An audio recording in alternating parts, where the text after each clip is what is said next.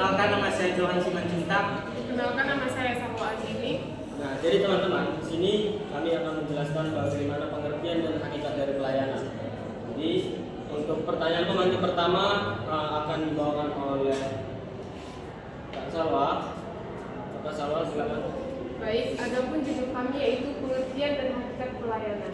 Nah, di sini kami ada pertanyaan pemantik. Yang pertama itu ada apa yang dimaksud dengan pelayanan, dan yang kedua bagaimana hakikat pelayanan dalam meningkatkan kepuasan masyarakat, dan yang ketiga ada bagaimana prinsip-prinsip dasar dalam memberikan pelayanan yang berkualitas dan efektif. Nah, mungkin dari ketiga pertanyaan ini, siapa yang bisa menjawab dari ketiga pertanyaan ini? Sekilas saja. Ada ya? Ada. Mungkin memang karena teman-teman sekalian belum paham mengenai hakikat dan pengertian dari pelayanan. Nah, akan dijelaskan selanjutnya oleh Bang Johan mengenai pengertian dan hakikat pelayanan lebih rinci lagi. Untuk Bang Johan, silakan. Baik, terima kasih kepada Saudara Felix. Di sini saya akan mencoba menjawab pertanyaan pemantik yang telah kami siapkan. Yaitu yang pertama, apa yang dimaksud dengan pelayanan? Yang dimaksud dengan pelayanan adalah pelayanan dapat diartikan sebagai usaha untuk memenuhi kebutuhan orang lain melalui penyediaan jasa atau fasilitas tertentu. Dalam administrasi publik, pelayanan sering dikaitkan dengan tanggung jawab pemerintah dalam menyediakan layanan dasar bagi masyarakat, yang bertujuan untuk memberikan kepuasan kepada pelanggan sehingga meningkatkan loyalitas dan keuntungan perusahaan. Selanjutnya pertanyaan kedua akan dijawab oleh Saudari Asiana. Baik, terima kasih. Tadi adapun pertanyaan pemantik kami bagian kedua yaitu bagaimana hakikat pelayanan dalam meningkatkan kepuasan masyarakat. Nah, jadi hakikat pelayanan mencerminkan esensi dari kegiatan pelayanan dari itu sendiri, yaitu memberikan kemudahan, kenyamanan, dan solusi bagi penerima layanan. Pelayanan yang baik harus didasarkan pada prinsip kualitas, efektivitas, efisiensi, dan responsivitas terhadap kebutuhan masyarakat atau pelanggan. Nah, jadi pertanyaan pemantik yang ketiganya itu yang dimana bagaimana prinsip-prinsip dasar dalam memberikan pelayanan yang berkualitas dan efektif. Nah, jadi untuk memberikan pelayanan yang berkualitas dan efektif, beberapa prinsip dasar harus diterapkan, yaitu yang pertama, transparansi. Informasi tentang layanan harus terbuka dan mudah diakses. Yang kedua, akuntabilitas. Pelaksanaan pelayanan harus dapat dipertanggungjawabkan. Dan bagian yang ketiga, efisiensi dan efektivitas. Pelayanan harus diberikan dengan cepat, tepat, dan dapat birokrasi yang berbelit. Dan yang keempat, kesetaraan. Setiap warga harus mendapatkan pelayanan yang sama tanpa membedakan latar belakang. Nah, mungkin sekian dari saya kembalikan kepada moderator. Cukup menarik untuk penjelasan dari kakak sama abangnya mengenai pelayanan. Nah, terkait itu, kami di sini mau memberikan satu contoh kasus yang mungkin teman-teman sekalian udah tahu, mungkin kalau udah scroll TikTok gitu. Ada FVP mengenai pasien BPJS, dia ibu-ibu buat video gitu. Kasusnya ini berawal dari ibu ini yang ingin dirawat, tapi pihak rumah sakit selalu bilang nanti tunggu di ruangan. Hingga malam hari dia tidak ada dirawat sama sekali, tidak ada ditanyai, tidak ada dilayani. Walaupun hanya diberi ruangan, tapi keluhan itu tidak ditanggapi. Nah, kalau misalkan teman-teman mau lihat contoh video dari ibu itu yang ori, bisa di-scan di bawah ini. Tapi kalau teman-teman mencari TikTok atau di berita juga udah muncul itu. Buka aja keterangannya, pasien BPJS mengamuk ditelantarkan di Rumah Sakit Mitra Medika. Nah, rumah sakit ini teman-teman tahu nggak di mana? Di Tembung. Di mana nih? Medan. Ya tahu di Medan. Ayo, di mana? Tembung. Di Tembung. Nah, siapa yang rumahnya di Tembung itu? Siapa? Oh ini, ada ini. Oh. Nah, jadi ini lokasinya di Tembung, di Deli Serdang, di sekitar kita. Makanya saya mau untuk teman-teman sekalian untuk berdiskusi mengenai hal ini.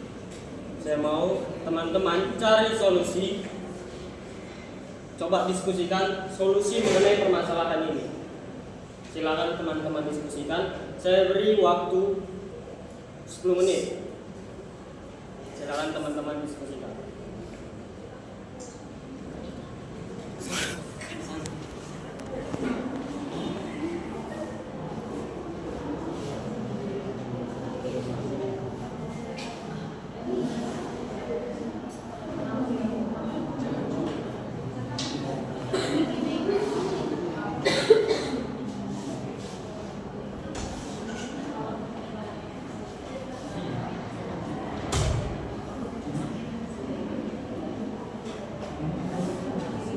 Baiklah, terima kasih kepada saudara-saudara yang di depan. Dan saya ingin menyampaikan mungkin kritik atau sarannya.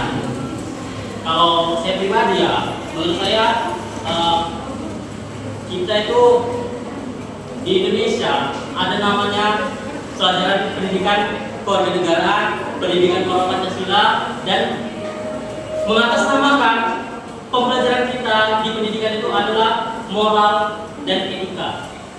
Ketika kita berbicara dari pembahasan kalian, itu ranahnya udah ke moral dan etika dan simpati dari diri sendiri ya. Nah, kita nggak perlu gitu loh ngelapor ke sana kemari. Oke, kita bisa ngelapor ke sana kemari, kita viralkan. Cuman memang untuk selanjutnya itu nggak bisa kita harus bergantung dengan ya udah kalau misalnya kita punya masalah kita viralkan aja gitu loh. Jadi ada yang namanya bagian dari introspeksi diri gitu loh. Introspeksi diri. Nah, introspeksi dirinya apa? Yang pertama kita pernah menjadi rakyat biasa sebelum kita bisa mendapatkan semuanya gitu loh. Kita harus tahu dulu gitu loh, kita berasal dari mana gitu loh. Kalau misalnya tahu dari orang yang udah orang tuanya udah berduit dan segala macam, nggak apa-apa, nggak masalah. Tapi yang masalahnya yang menjabat sekarang di pemerintahan atau yang bekerja di rumah sakit sekarang itu dulunya sebelum menjabat di rumah sakit itu dia kan ibaratnya orang yang susah, orang yang sulit. Seharusnya kita harus berkaca di situ gitu loh. Bagaimana kita harus menekankan moral, etika bangsa. Percuma lah gitu kan. Soekarno ngomong tentang moral, etika, terus presiden-presiden selanjutnya membicarakan tentang moral dan etika. Tetapi setelah kita menjabat gitu loh, kita tuh tidak ada rasa kemanusiaan. Nah, yang disampaikan kalian saudara kan ini kan berkenaan juga dengan rasa kemanusiaan gitu loh.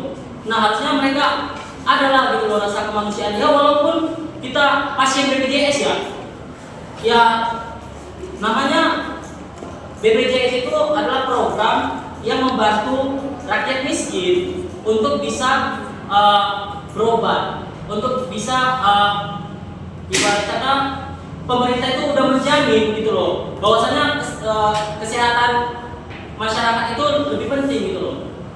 Nah, mungkin juga ada sih sedikit sih untuk program-program presiden juga ya. Sebenarnya kalau misalnya program presiden kemarin kesehatan dan pendidikan itu dijadikan prioritas utama setelah makan gratis, mungkin tidak ada yang namanya kasus-kasus yang seperti itu lagi gitu loh.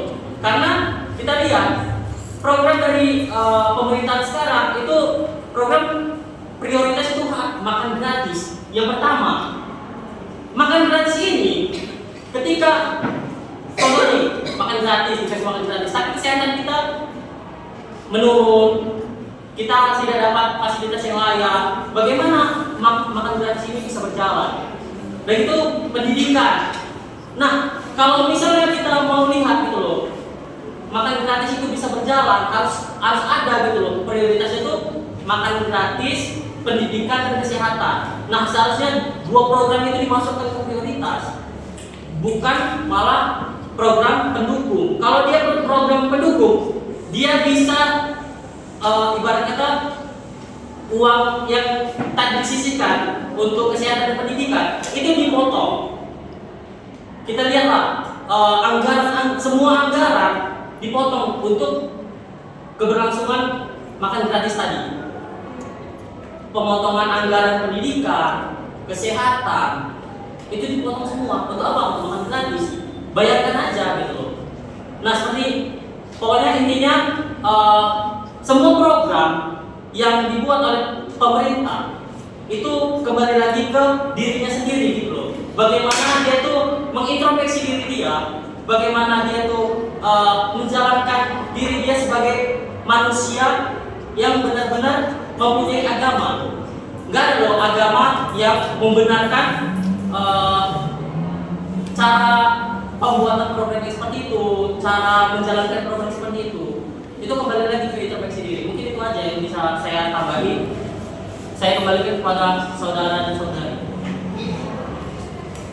Nah, cukup panjang dan lumayan lah ya penjelasan dari Bang Binja sampai ke kasus makanan. Memang makanan juga menjadi salah satu kesehatan kita ya. Nah, jadi teman-teman sekalian, memang berkaitan dengan etika dan moral, tapi jangan lupa ya, untuk hari ini kita akan mengenai pelayanan dan hakikat. Bagaimana pelayanan yang dilakukan oleh pemerintah terhadap kita. Nah, jadi BPJS ini kan kayak timbul gitu pernyataan. Jadi merasa gitu kayak rumah sakit itu merasa rugi gitu. Kayaknya muncul gitu statement-statement yang kayak gitu. Nah, jadi yang harus disalahkan mengenai etika dan moral itu pemerintahan. Kenapa pemerintahan membuat kebijakan seperti ini, sedangkan ada pihak yang membuatnya rugi? Walaupun pihak yang memakai BPJS ini jadi korbannya, itu maksud saya. Kita memang dapat BPJS, tapi inilah perlakuan yang kita dapat. Harusnya kita mendapat kesehatan yang cukup, benar kan? Harusnya kita dapat pelayanan yang baik.